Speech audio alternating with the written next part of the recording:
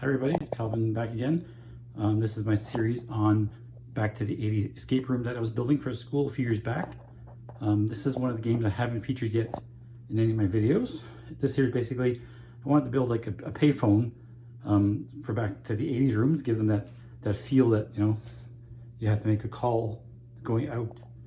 So basically the way this one here works is I took an old telephone and I took it apart. I also bought a little adapter on Amazon. It's an audio adapter. You can record your own audio onto it, whether that be MP3 file or whatnot.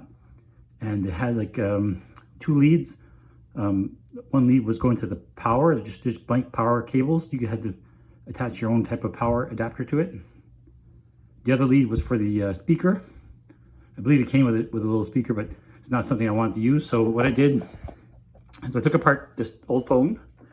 Underneath this circuit board right here, I used a little Dremel tool and I cut out the button area behind the 0 key, which, if you remember, that's for the operator. So if we pick up this phone right now, nothing happens. You don't hear anything. Push 0, nothing happens. It's completely dead. But behind this 0 button, there is a circuit board that I installed with custom audio. Now, the way to get this to work on this device here was 2 things you had to do. So also from the circuit board, I also wired the speaker leads onto the circuit board where the wires go for the actual phone receiver itself. So when someone pushes 0, the audio from that circuit board will actually come out through the headset directly to the person.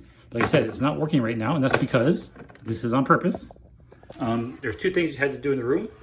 One thing is on the side of this board right here of the payphone. There's a phone jack. The phone booth itself was screwed to the floor, and you had a phone jack. So obviously someone figured out you had to plug it in somewhere. What I did here is I found an old phone jack. NBTEL is our local phone provider from the 80s. It doesn't exist anymore. So it's a standard phone jack. And I took a little battery box from the dollar store. I can get a little Christmas light set type of thing.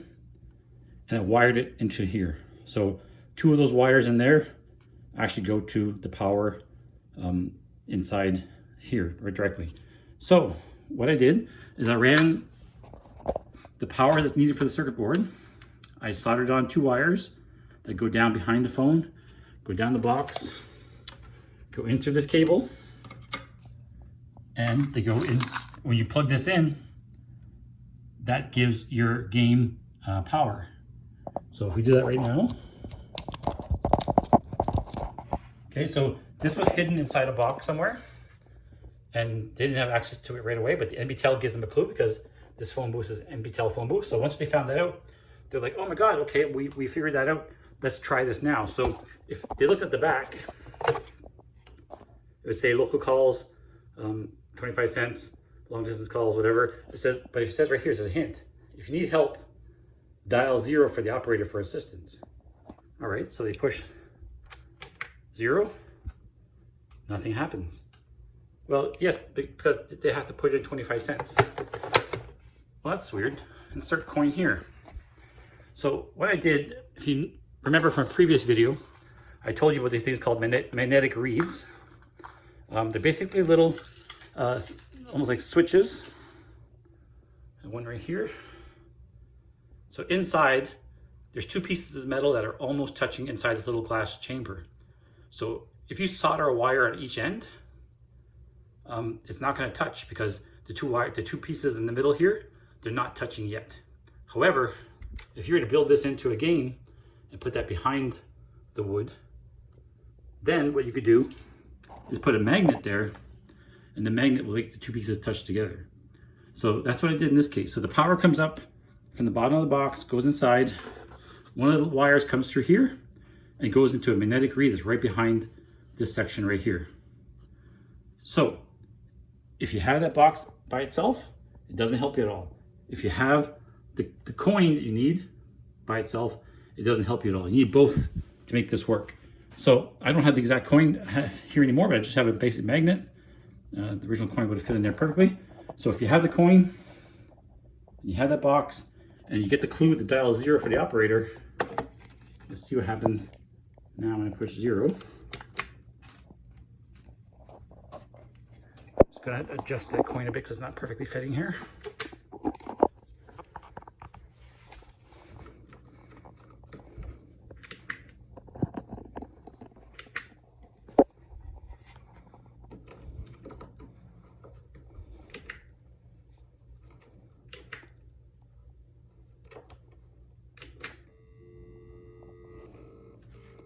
Sorry, it took some time there. Hello, this is the NBTEL Operations Center. Are you calling from the escape room? Well, I hope you're not going to tell me that you found E.T. and you're trying to help him phone home, as I had enough calls from that room with that joke. Well, hey, since you are in Mr. Beaker's science room, I do have a message waiting for him from his old friend Mr. Marconi. It arrived a long time ago, but I never got around to telling him about it. Can you pass along this message for me? It's a bit complex, so you may want to grab a pen and paper. Okay, the message from Mr. Marconi says this. Yeah, so that's it. So it plays the pre-recorded message as long as the coin is in place, which is it's not really a coin. It's a magnet that has a coin paper on top of it to make it look like a coin. And they have the power source, which is a phone jack.